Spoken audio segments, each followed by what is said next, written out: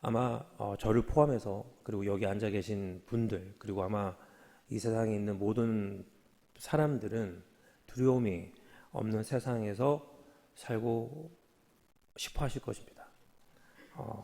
잊혀지면 찾아오는 고통이랑 그다음에 불안 그리고 걱정 그리고 두려움 이런 것들은 분명 우리에게 달갑지 않은 감정들일 것입니다. 그리고 이로 인해서 우리의 삶의 질이 무엇보다 현저하게 떨어지기 때문일 것 같습니다. 그래서 우리는 모두 두려움 없는 삶을 꿈꾸고 있는 것은 아닐지 모르겠습니다. 하지만 분명 우리는 오늘을 살고 있고 그리고 동시에 내일을 또 우리는 살아야 됩니다. 오늘은 분명하지만 내일은 어떠할지 우리는 모릅니다. 그래서 우리는 내일이 어떠할지에 대해서 걱정하고 두려워합니다. 이런 내일이 있기 때문에 우리는 늘 두려움에 휩싸일 수밖에 없고 그리고 그 두려움으로 인해서 우리는 늘 초조해하고 불안해합니다. 두려움 없는 삶을 살기 위해 인간인 우리가 그래서 택할 수 있는 최선의 선택지는 아마 그러한 미래에 대한 불확실성을 최대한으로 줄이는 것이 아닐까 싶습니다. 불확실한 미래이지만 나의 생각대로 그리고 나의 계획한 대로만 움직여준다면 나는 불확실성이 가져다 주는 두려움에서 자유로울 수 있을 것입니다. 불확실한 내일이 확실한 내일로 바뀌기 때문에 두려움은 더 이상 고려해야 할 만한 대상이 아니게 되는 것입니다. 모든 것이 나의 통제 안에서 그리고 그 안에서 나는 두려움이 아닌 안정감을 느끼기 때문에 우리는 오늘을 내가 살아간 대로 그리고 내일도 그리고 내년도 동일하게 살아갈 것이 보장되기 때문에 우리는 내일을 통제하고 싶어 합니다. 그리고 이것을 가능하게 해주는 가장 강력한 도구가 바로 돈임은 우리 모두가 부정할 수 없는 사실일 것입니다. 그래서 많은 사람들이 돈을 필요 이상으로 추구합니다. 돈이면 뭐든지 할 수 있고 모든 문제나 심지어 잘못 행한 일까지도 해결이 가능해지는 것으로 여겨지기 때문입니다. 유전무죄, 무전유죄, 돈이 죄까지도 덮어주는 세상에 우리는 살고 있습니다. 그만큼 돈은 우리로 하여금 모든 것을 우리의 생각대로 할 수 있게 해주므로 미래에 대한 불확실성에서 오는 두려움을 거의 없다시피 만들어 줍니다. 정말 매력적인 수단이 아닐까 싶습니다. 하지만 그 수단을 오용하게 되는 경우, 즉 미래에 대한 완벽한 통제를 위해서 돈을 심하게 추구하다 보면 우리는 악인의 길로 걸어가게 될 수 있음을 분명히 기억해야 할 것입니다. 오늘 본문에서 말하는 악인은 하나님을 두려워함이 없는 사람을 가리킵니다. 하나님을 두려워하지 않는다는 것은 그분이 자신의 삶에 아무런 영향을 끼치지 못하는, 다시 말해 아무런 존재감이 느껴지지 않는 그런 대상으로 여겨지고 있는 것을 말할 것입니다. 그도 그럴 것이 오늘도 그리고 내일도 모든 일들이 내가 생각하고 계획한 대로 움직인다면 그리고 나의 의도대로 완벽하게 통제된 세상에서는 그 어느 것도 두려워할 것이 없게 될 것이기 때문입니다. 한마디로 그러한 세상에서는 내가 왕이고 신이 되는 것입니다. 나의 통제권이 닿지 않는 곳에서 일어날 일이 전혀 없기 때문에 자연스레 나보다 더 뛰어난 존재인 하나님에 대한 존재는 더 이상 의미가 없어지게 됩니다. 그리고 이것을 가능하게 해주는 것이 바로 돈임을 다시 한번 짚고 넘어가고 싶습니다. 바로 이 점 때문에 성경이 하나님과 돈을 한 마음에 품을 수 없음을 가르치고 있는 이유가 아닌가 싶습니다. 돈은 인간의 통제력을 강화시키는 동시에 하나님에 대한 우리의 인지력을 약화시키는 매우 조심스러운 도구인 것입니다. 하지만 설령 세상의 모든 일이 돈으로 해결 가능하다 하더라도 단 한 가지, 돈이 해결할 수 없는 것이 있으니 그것은 바로 죽음의 문제입니다. 성경은 나사로를 돌보지 않았던 부자, 그리고 어마어마한 양의 곡식을 곡간에 쌓아둔 채 언제 죽을지 모르는 죽음을 예고받았던 그 부자의 이야기를 통해서 재물의 한계, 즉 돈이 죽음의 문제는 해결할 수 없음을 분명히 우리에게 시사해주고 있습니다. 죽음에 관한 한 돈이 허락한 나의 통제력은 무용지물이 됩니다. 죽음 앞에선 용서도 없지 않습니까? 죽음 앞에선 우리 모두가 평등하며 그것의 찾아옴은 도적과도 같습니다. 죽음은 부지불식간 우리 각자에게 찾아올 수 있는 것입니다. 다시 말해, 우리 중 어느 누구도 그 어떤 무엇을 동원해서라도 죽음을 통제할 수 있는 사람은 아무도 없습니다. 그래서 그 죽음의 목전에서 결국엔, 그리고 다행히도 하나님을 찾게 되는 분들의 이야기를 우리는 종종 듣습니다. 죽음은 우리가 하나님을 인식할 수 있는 최후의 수단이자 통로가 되는 것입니다. 더 중요한 사실은 그 죽음이 끝이 아니라는 것입니다. 이 땅에서의 죽음 뒤엔 분명히 심판이 있음을 우리 모두는 잘 알고 있습니다. 그 심판의 주체는 바로 하나님이시며 우리는 모두 분명 그분 앞에서 서게 될 것입니다. 이 땅을 살면서 이것을 아는 것이 바로 지혜입니다. 돈으로 쌓아 올린 나의 인생에 대한 나의 통제력은 죽음 앞에선 유명무실하다는 사실, 그리고 하나님이 심판자 되셔서 이 땅에서의 나의 삶을 분명히 돌아보실 것이라는 사실, 이러한 사실들을 지금 이 순간 우리가 인지하여 이 땅에서 하나님을 경외하며 살고자 다짐하는 것이 바로 지혜의 시작입니다.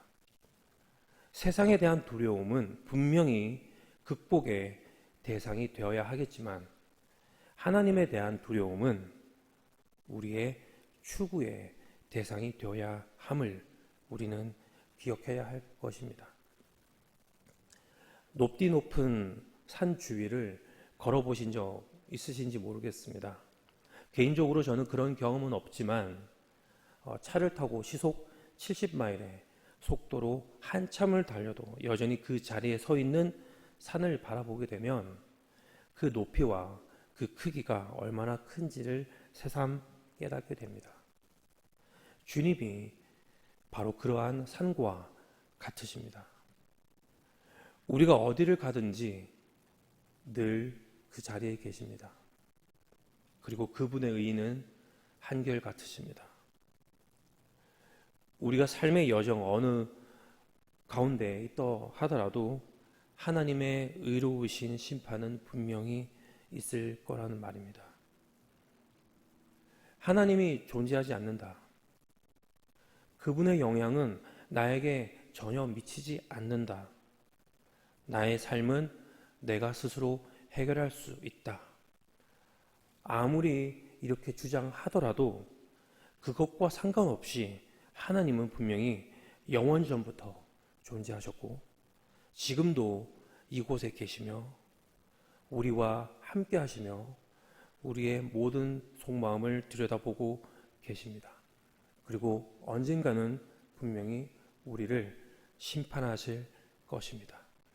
이러한 사실들은 그 어느 누구도 부정할 수 없는, 아니 부정한다 하더라도 그 부정과는 상관없이 분명한 사실입니다. 그 심판의 때 하박국 선지자가 표현한 대로 물이 바다를 덮음같이 여호와의 영광을 인정하는 것이 분명 세상에 가득할 것입니다. 분명히 하나님은 영원히 공의로우신 분이십니다. 하나님은 분명히 선악 간에 반드시 심판을 하실 분이십니다. 노아 시대의 홍수처럼 사람들은 그 심판의 날을 경히 여겼지만 물이 온 천지를 덮은 날은 어김없이 찾아왔음을 우리는 성경을 통해 알 수 있습니다. 그리고 그 날이 찾아와서 물이 땅을 덮기 시작한 날, 그제서야 그것이 사실임을 깨닫는 것은 이미 늦은 것이었습니다. 되돌릴 수 없는 것이었습니다. 그리고 후회함은 아무런 의미가 없었습니다. 그렇기 때문에 그 심판의 날이 찾아오기 전 분명히 심판이 있을 것임을 깨닫는 것이 또한 지혜입니다. 그 심판의 날이 언제 우리에게 찾아올지는 어느 누구도 알 수 없기 때문에 우리에게 주어진 오늘 이 하루를 하나님을 경외하며 사는 것이 지혜로운 행동입니다. 이 깨달음대로 살기 위해서 필요한 것이 바로 두려움을 없애고자 우리가 그동안 붙잡고 있었던 안전장치들을 내려놓는 것입니다. 우리의 삶을 두려움 없이 편안하고 안정적으로 만들 수 있다고 여겨지는 돈과 같은 것들이 결코 믿을 만한 존재들이 아님을 깨달아야 할 것입니다. 그리고 만일 깨달았다면 그것을 행동으로 옮겨야 되지 않을까 싶습니다. 그것들은 우리가 바라봐야 하는 것들을 보지 못하도록 하는 오히려 우리의 삶의 장애물이 될 수도 있는 것들입니다. 우리의 손만을 바라보다가 우리는 하나님의 얼굴을 바라보지 못하게 되기 때문입니다. 고통과 고난이 찾아올 것 같은 두려움이 엄습하더라도 우리는 우리가 쥐고 있는 것들을 내려놓은 채 두 팔을 벌려서 하늘을 바라봐야 되지 않겠습니까? 그곳에서 우리는 분명 하나님의 인자하심과 그분의 성실하심을 발견할 수 있을 것입니다. 우리가 다 알다시피 하늘은 산과 바다를 덮습니다. 우리에게 분명히 심판이 찾아올 것이지만 그 심판은 하나님의 인자하심 아래에 있습니다. 그 심판은 우리를 죽이기 위한 것이 아니라 정죄하기 위한 것이 아니라 우리를 살리기 위한 것임을, 그것이 바로 우리 하나님 아버지의 마음임을 우리는 알아야 할 것입니다. 하나님은 우리를 구원하기 위해요 독생자를 보내신 분이심을 우리는 매일매일 기억해야 할 것입니다. 그분은 성실하신 분이십니다. 우리가 범죄하더라도 그분께 돌아가면 언제든지 우리를 받아주시는 분이십니다. 우리의 두려움을 누구보다도 더 잘 아시는 분이시기에 그 두려움을 사랑으로 덮어주시는 분이십니다. 그 완전한 사랑 안에서 우리는 두려움 없는 삶을 정말 제대로 살아갈 수 있게 될 것입니다.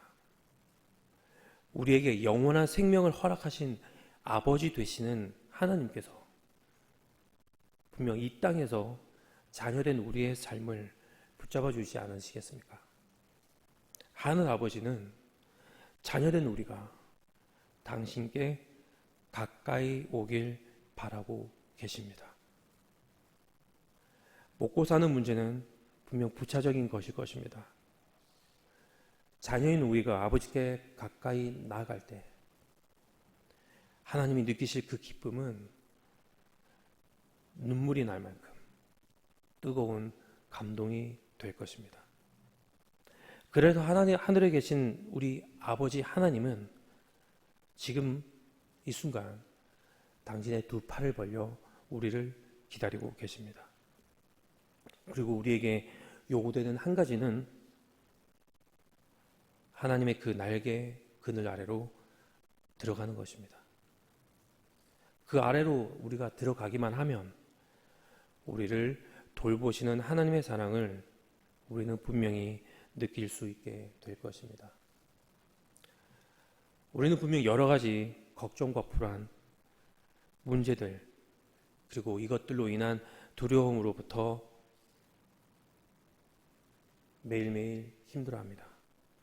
또한 우리는 이것들을 피할 수 있는 유일한 길이 바로 우리가 가진 것들이 아닌 하나님의 날개 그늘 아래로 들어가는 것임을 우리는 잊지 말아야 할 것입니다. 세상의 유혹에 넘어가는 것이 아니라 그것들을 단호히 거절하고 하나님만을 찾아야 할 것입니다. 그분만을 의지해야 합니다. 당신을 찾고 의지하는 것이 아버지 되신 하나님이 우리에게 바라는 것이요. 그리고 이것이 또한 바로 지혜임을 다시 한번 강조하고 싶습니다.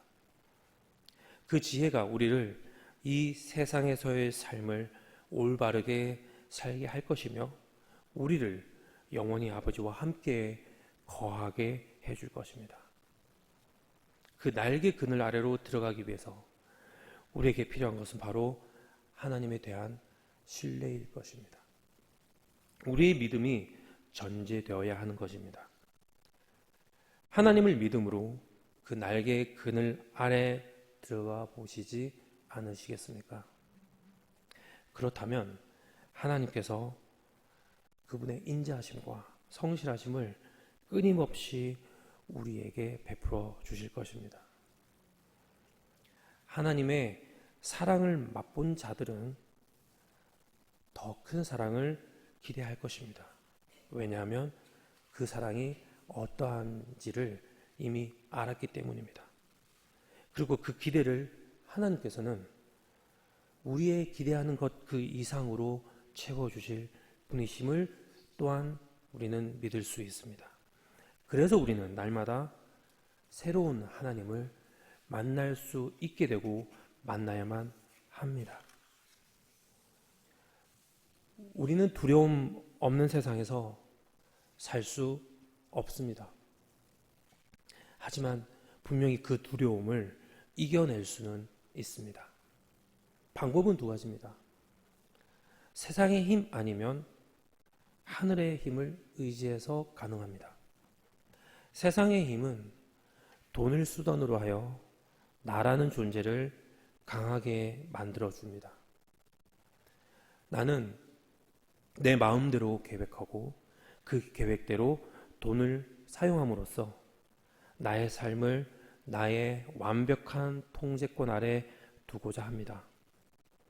그리고 적지 않은 사람들이 이러한 삶을 성공적으로 영위하고 있기도 합니다. 하지만 중요한 것은 자신이 주인된 삶에 분명히 하나님의 자리가 없다는 것이 문제입니다. 하나님을 찾지 않고 의지하지 않는 삶, 그분의 존재를 두려워하지 않는 사람이 악인이라면 우리 또한 어느 순간 그 악인의 길을 걷고 있지는 않는지 돌이켜봐야 하지 않을까 싶습니다. 아울러 앞서 말씀드린 것처럼 나의 미래를 완벽하게 통제하였다고 자신하는 순간 찾아오는 것이 바로 죽음일 수도 있습니다. 그 죽음의 문제는 인간의 노력이나 세상의 힘으로는 분명 해결 가능한 것이 아님을 우리는 잘 알고 있습니다. 완전히 극복했다고 여겨졌던 두려움의 문제는 가장 근본적 두려움의 문제인 죽음, 그 문제는 손조차 대지 못한 채 우리에게 우리 앞에 여전히 놓여 있습니다. 반대로 하늘의 힘으로 우리는 그 두려움은 완벽하게 이겨낼 수 있습니다. 사실 그 이김에 있어서 우리가 할 수 있는 것은 아무것도 없습니다. 우리는 그럴 자격도 없고 능력도 없는 악하고 약한 존재에 지나지 않기 때문입니다.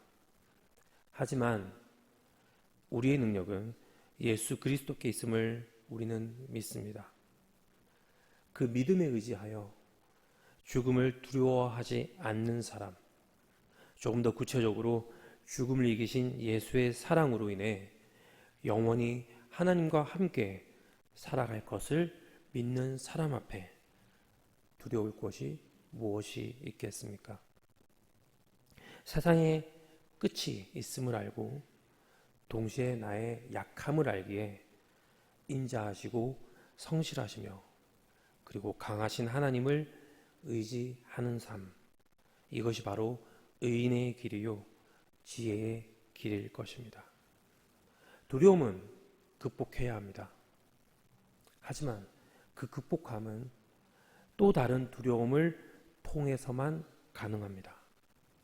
바로 하나님을 두려워하는 마음, 이것이 우리를 살리는 것이요, 그래서 늘 우리 마음에 품고 있어야 하는 것입니다. 때문에 두려움이라는 감정이 결코 꼭 나쁜 것만은 아닌 것일지도 모르겠습니다. 설령 우리의 힘과 노력이 아닌 오직 믿음으로 세상의 여러 가지 두려움을 이겨나가는 그 길에서 우리는 분명히 크고 작은 어려움과 고난, 그리고 또 다른 두려움을 만날 것입니다. 그럴 때마다 다시금 세상의 힘을 빌리지 않고 그 두려움을 정면 돌파할 수 있는 이유는 우리의 경험이 이를 증거해 줄 수 있기 때문이지 않을까 싶습니다. 그 길을 걷기 시작한 사람, 내 앞에 놓여져 있는 두려움을 내가 가진 것이 아닌 하나님만을 의지하면서 걸어가 본 사람은 그것을 알 수 있기 때문입니다. 이미 지나왔던 그 길 위에서 하나님이 나에게 베풀어 줬던 것은 두려움이 아닌 그것을 덮는 완전한 사랑이셨음을, 그리고 그 사랑이 내 마음속을 훤히 꿰뚫어 보고 있는 것처럼 신실하고 섬세했음을, 그리고 바로 그 돌보심 안에서 내가 참된 평안과 기쁨을 누려봤기 때문에 그 기쁨을 누려봤던 사람은 또 다른 한 걸음을 걸어 나갈 수 있게 될 것입니다. 그래서 그 길을 이미 걷고 있는 우리들은 계속해서 그 길을 걸어 나가게 될 것입니다. 하나님의 그 사랑 안에서 우리는 세상이 주는 두려움으로부터 자유하게 되며 동시에 하나님을 두려워하는 마음으로 우리는 더 겸손하게 되어집니다. 이것이 바로 우리가 살 수 있는 길임을 우리는 믿습니다. 오늘 하루 하나님을 더 경외함으로 겸손히 우리에게 주어진 길을 걸어가는 하늘의 공동체 모든 형제 자매님들 되시길 예수님의 이름으로 축복합니다. 함께 기도하도록 하겠습니다. 하늘에 계신 하나님 아버지, 우리가 두려워해야 할 것은 세상에 존재하는 것들이 아닌 바로 하나님 한 분뿐이심을 고백합니다.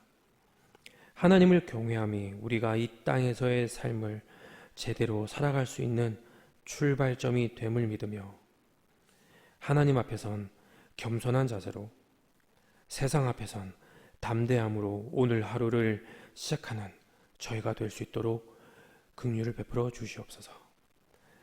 감사하고 이 모든 건 예수님의 이름으로 기도드립니다. 아멘.